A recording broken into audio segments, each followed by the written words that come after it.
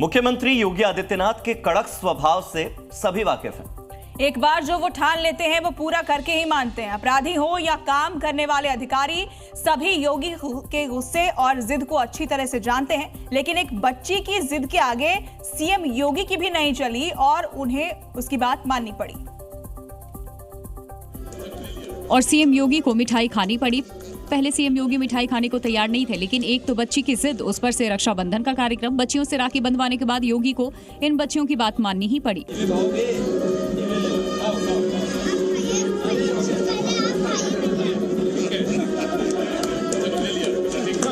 भाई बने सीएम योगी ने बच्ची के आग्रह करते ही मिठाई का एक टुकड़ा मुंह में खा लिया। डिप्टी सीएम ने भी दूसरी बच्ची के हाथों से मिठाई खा ली, जिसे देख वहां मौजूद सभी लोग हंस पड़ते हैं। काकोरी में महिला स्वयं सहायता समूह की ओर से आयोजित राखी पर्व कार्यक्रम में दोनों शामिल होने पहुंचे थे, जहां दोनों ने छोटी बच्चियों से राखी बंधवा करके रक्षाबंधन का त्यौहार मनाया और उन्हें दुलार करते हुए चॉकलेट मिठाई समेत कई तरह के गिफ्ट दिए। हिंदुस्तान में गजवाए हिंद की साजिश पर बहुत बड़ा खुलासा हुआ है। यूपी एटीएस की जांच में यह पता चला है कि पाकिस्तानी आतंकी भारत में अपना नेटवर्क फैलाने की एक अलग से प्लानिंग कर रहे थे। लेकिन यूपी में मुस्तैद योगी फोर्स ने आतंकियों के नापाक मंसूबों को एक्सपोज कर दिया और आतंकवादियों के फैलते नेटवर्क को पनपने से पहले ही जमींदोज कर दिया। दरअसल ठट्टा जैसा आतंकी कैंप भारत में बनाने का प्लान था, जिसमें आतंकी कसाब को ट्रेनिंग मिली थी। ठट्टा जैसे कैंप में 10,000 आतंकियों को ट्रेनिंग दी जानी थी। साथ ही कैंप में अजमल कसाब की तस्वीर लगनी थी। इतना ही नहीं, भारत के युवाओं को जाल में फंसाकर आतंकियों की ट्रेनिंग दी जानी थी। सोशल मीडिया ग्रुप से खुलासा हुआ है कि इस ग्रुप में 400 से ज्यादा पाकिस्तानी सदस्य एक्टिव थे। 4 एडमिन में 1 पाकिस्तानी था और 3 भारतीय थे।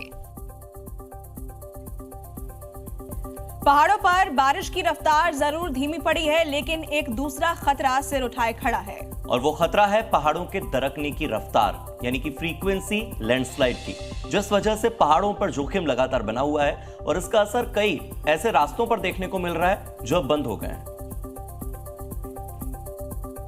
इसी कड़ी में चमोली में बद्रीनाथ हाईवे पर भी लैंडस्लाइड का दौर जारी है।